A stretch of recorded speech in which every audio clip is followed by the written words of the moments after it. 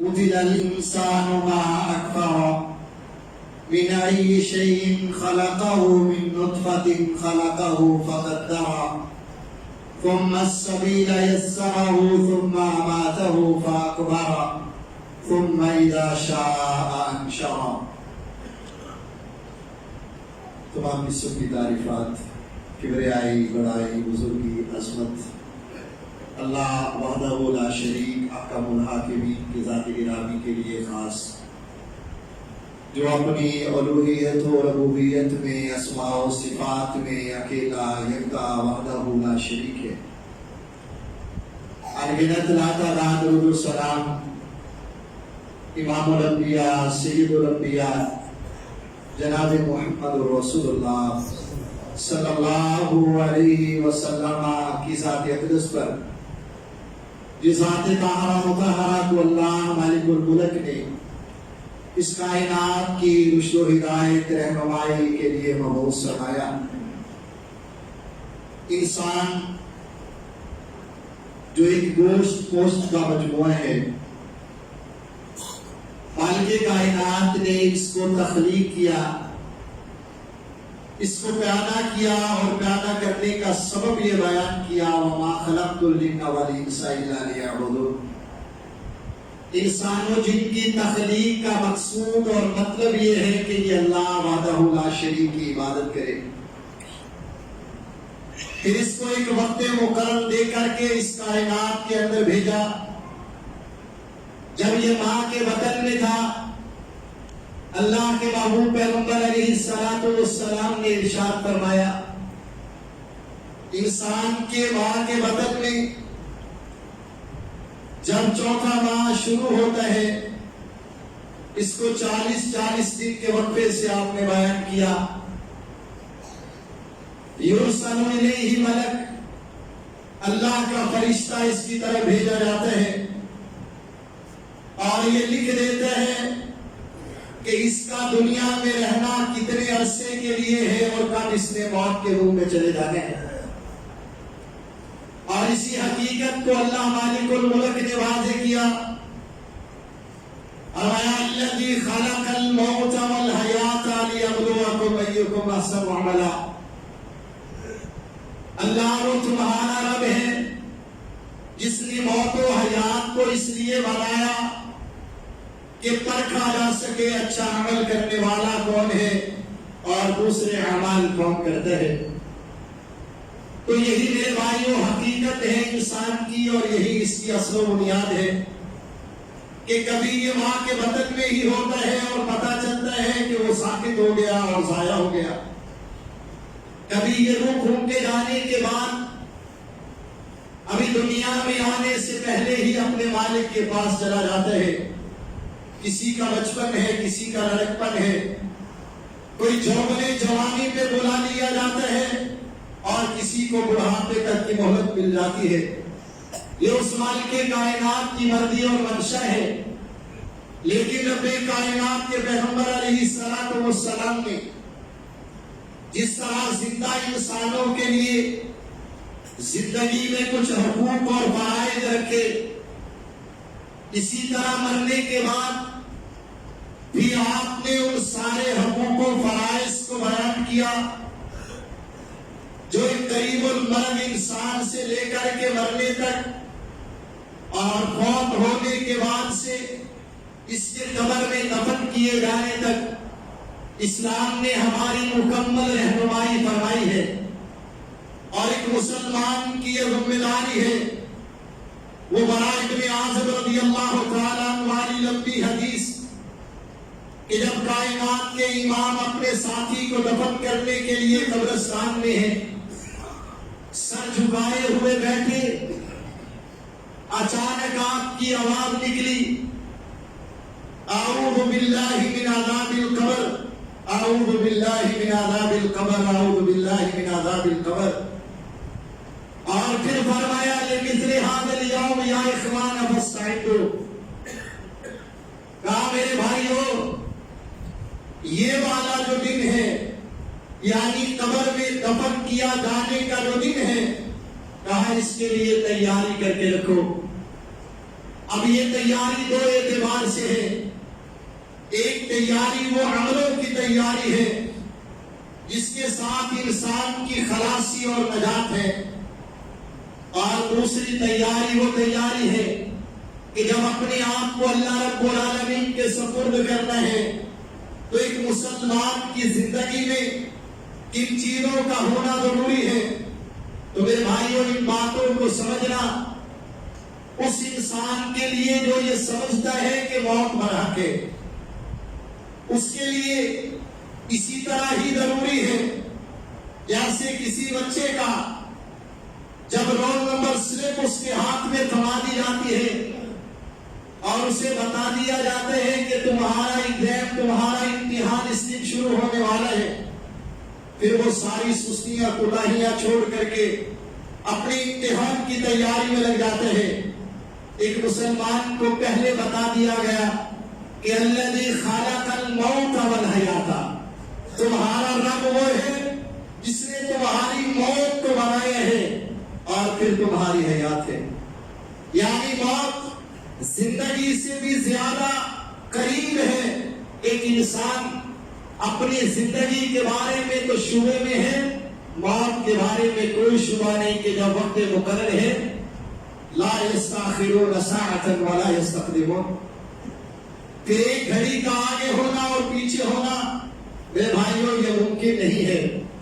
تو جس طرح ایک امتحان کی تیاری کرنے والا انسان اور طالب علم وہ ڈھونڈتا ہے کہ جگہ مل جائے، مجھے پتا چل جائے تیاری کیا ہے، پیپر کیا ہے، پیٹرن کیا ہے، طریقہ کیا ہے. تو ہر وہ انسان جس کو اس بات کا پتہ ہے کہ اس نے فوت ہونا ہے، اسے اپنی زندگی کے اندر اپنے امتحان کی تیاری کرنا اور اپنے آپ کو امتحان کے لیے تیار رکھنا میرے بھائیو انتہائی اشد اور ضروری ہے. اور وہ تیاری کیا ہے؟ وہ وہی تیاری ہے جو میرے اور آپ کے محبوب پیغمبر محمد رسول اللہ صلی اللہ علیہ وسلم نے فرمائی تھی. اس دن کے لیے اپنے آپ کو تیار کر لو. تو میرے بھائیو انسان چونکہ زیادہ قریب وہ انسان ہوتا ہے یہ سوچ رکھنے کے جس کی بیماری طوالت اختیار کر جاتی ہے، عمر اپنے بڑھاپے کے قریب پہنچ جاتی ہے، تو اب اسے اندازہ دوسرے سے زیادہ یقینی ہے کہ اب میرا وقت مقرر آنے والا ہے. اس ساتھ اور گھڑی میں پتہ تو جوانی اور بچپن کا بھی نہیں ہے، لیکن یہ وقت جو ہے میرے بھائیوں زیادہ اس بات کا مستحق ہے کہ وہ جس طرح سے اسٹیشن پہ اترنے والا جب اس کو نشان نظر آ جاتا ہے، اسے سنگے میل نظر آ جاتا ہے، سائن بورڈ پڑھ لیتا ہے کہ اب تمہارا جو ہے وہ اسٹیشن آنے والا ہے، وہ اپنے آپ کو تیار کر لیتا ہے کہ ابھی میں نے اتر جانا ہے گاڑی سے. اسی طرح میرے بھائیوں اللہ رب العالمین نے کچھ نشانیاں انسان کے لیے رکھی ہے، جو نشانیاں اس کا سائن بورڈ ہے کہ اب تجھے اتر جانا ہے. اس زندگی کی پٹڑی سے تجھے اتر کر کے اس کمر کے گلے کی طرف تجھے رحلت کرنی ہے. کبھی یہ ہمارے بال جو سیاہ ہوتے ہیں اللہ رب العالمین وقت کے ساتھ ان کو سفید کرتا جاتا ہے، اور بزرگ کہتے ہیں کہ یہ سائن بورڈ ہے ہمارے لیے، ہمارے اسٹیشن کا کہ اب تمہارا اسٹیشن قریب آتا جا رہا ہے. یہ ہمارے لیے علامت اور نشانی ہے. تو ایک ایسا انسان جو مستحضر الموت ہے، زندگی کی آخری سانسوں میں ہے اور اس کے لیے اپنی زندگی کے آخری ایام ہیں. میرے بھائیوں وہاں دو طرح کے لوگ ہیں، ایک اس کے اوپر اس کی دیکھ بھال کرنے والے